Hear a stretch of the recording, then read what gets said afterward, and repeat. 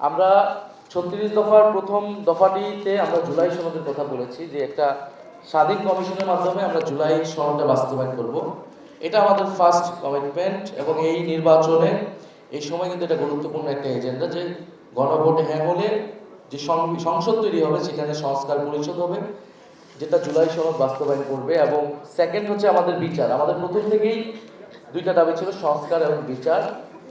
তো জুলাইয়ের গণহত্যা এবং গত ১৬ বছরের যে গণহত্যা, শাপলা হত্যাকাণ্ড এবং পিলখানা হত্যাকাণ্ড, গুম খুন সহ যে হত্যাকাণ্ডগুলো হয়েছে সেগুলোর বিচার, অনেক বিচার কার্যক্রম অব্যাহত শুরু হয়েছে, এগুলো চলমান থাকবে এবং সেগুলোকে কিভাবে আমরা আরো সুষ্ঠুভাবে নিশ্চিত করতে পারবো এবং যেগুলো শুরু হয় না সেগুলো আমরা কিভাবে নিশ্চিত করব।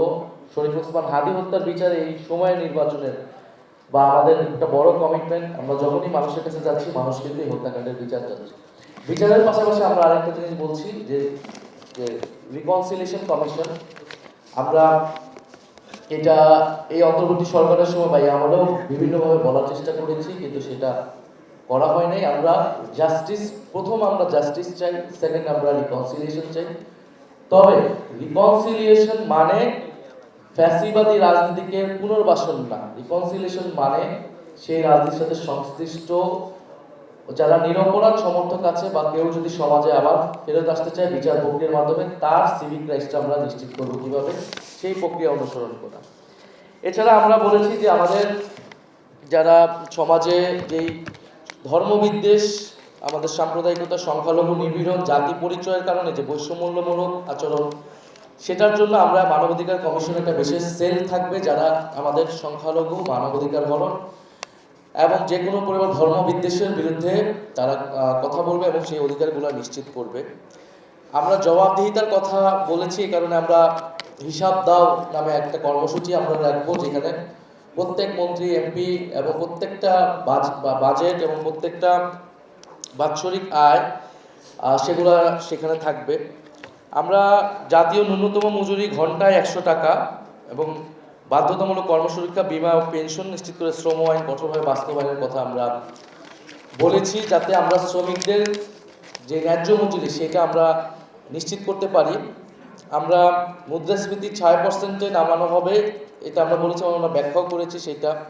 শিক্ষা সংস্কার নিয়ে আমরা কিছু বিষয় এখানে এসেছে, সময়ের কারণে হয়তো পুরাটা আসে নাই। আমরা যেটা সব ধরনের শিক্ষা মাধ্যম ও পদ্ধতিগুলো একটা সমন্বয় করা এবং শিক্ষকদের জন্য পৃথক বেতন কাঠামো ও ৫ বছরের ৭৫% এমপিওভুক্ত শিক্ষা প্রতিষ্ঠান জাতীয়করণ করার কথা আমরা বলেছি। এবং আমরা উচ্চশিক্ষার সাথে কর্মসংস্থানের সংযোগ স্থাপনে স্নাতক পর্যায়ে ৬ মাসের ইন্টার্নশিপ, যেটা অলরেডি এখানে আলোচনা এসেছে। আমরা স্বাস্থ্য খাতের কথাটা এখানে ডিটেলস এসেছে, আমি এখানে এই জন্য এটা বলতেছি না। স্বাস্থ্য এবং নারীদের বিষয়টা, আমরা প্রবাসীদের জন্য একটা ডায়াসপোরা ডিজিটাল পোর্টাল, যেখানে পাসপোর্ট, এনআইডি, জন্ম নিবন্ধন, কনসুলার সেবা ইত্যাদি থাকবে।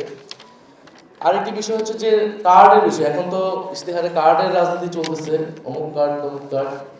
আমরা বলতেছি যে একটা ইউনিক কার্ড আমাদের দরকার, নাগরিক কার্ড, যেখানে এনআইডি যেটা, আমরা সেটাকেই একটা নাগরিক কার্ড হিসেবে, যেখানে আমার সব ধরনের সুযোগ সুবিধা সেই একটা কার্ডের মাধ্যমে প্রত্যেকটা নাগরিক পাবে, তার জন্ম থেকে মৃত্যু পর্যন্ত তার একটাই আইডেন্টিটি হওয়া উচিত।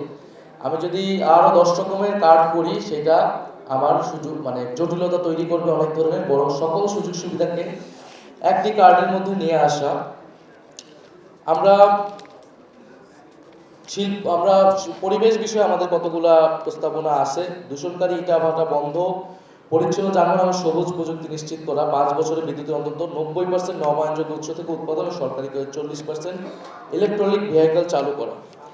দেশীয় বীজ গবেষণা, সংরক্ষণ, বিতরণ সক্ষমতা বৃদ্ধি করে শুধু খাদ্য নিরাপত্তা নয়, খাদ্য সার্বভৌমত্ব নিশ্চিত করা। খাদ্য ভেজাল বিরোধী অভিযান জোরদার করে কঠোর শাস্তি নিশ্চিত করা হবে। আমাদের আরো গুরুত্বপূর্ণ একটি আমাদের থাকবে পয়েন্ট হচ্ছে ভারতের সাথে আমাদের যে সীমান্ত হত্যা, বর্ডার কিলিং ইস্যু, যেটা বাংলাদেশের সৃষ্টির পর থেকে যে সমস্যার এখনো সংকট হয়নি। আন্তর্জাতিক নদী সমূহের পানির ন্যায্য হিস্সা, এছাড়া জুলাইয়ের যারা খুনিরা রয়েছে, শেখ হাসিনা সহ আওয়ামী লীগের যারা অপরাধী রয়েছে তাদেরকে ফিরিয়ে আনা, অসম চুক্তি সহ সকল বিদ্যমান ইস্যুতে কূটনৈতিক ও রাজনৈতিক পর্যায়ে সর্বোচ্চ দৃঢ় ভূমিকা নেওয়া হবে। প্রয়োজনে আন্তর্জাতিক সংস্কার আদালতে যাওয়া হবে। দ্বিপাক্ষিক এবং বহুপাক্ষিক কূটনীতির মাধ্যমে রোহিঙ্গা সংকট মানবিক সমাধান ও আসিয়ানে যুক্ত হয়ে দক্ষিণ পূর্ব এশিয়ার দেশগুলোর সাথে সম্পর্ক উন্নয়ন করা হবে। সশস্ত্র বাহিনীর জন্য রেগুলার ফোর্সের দ্বিগুণ আকারে রিজার্ভ ফোর্স তৈরি করা হবে। 5 বছরের সেনাবাহিনীতে একটি ইউএভি অর্থাৎ আনম্যানড এরিয়াল ভেহিকেল ব্রিগেড গঠন এবং মাঝারি পাল্লার অন্তত 8টি surface two air missile battery অধিগ্রহণ করা হবে। আমি 36টা পয়েন্টের মধ্যে উল্লেখযোগ্য এবং গুরুত্বপূর্ণ কয়েকটা পয়েন্ট বললাম।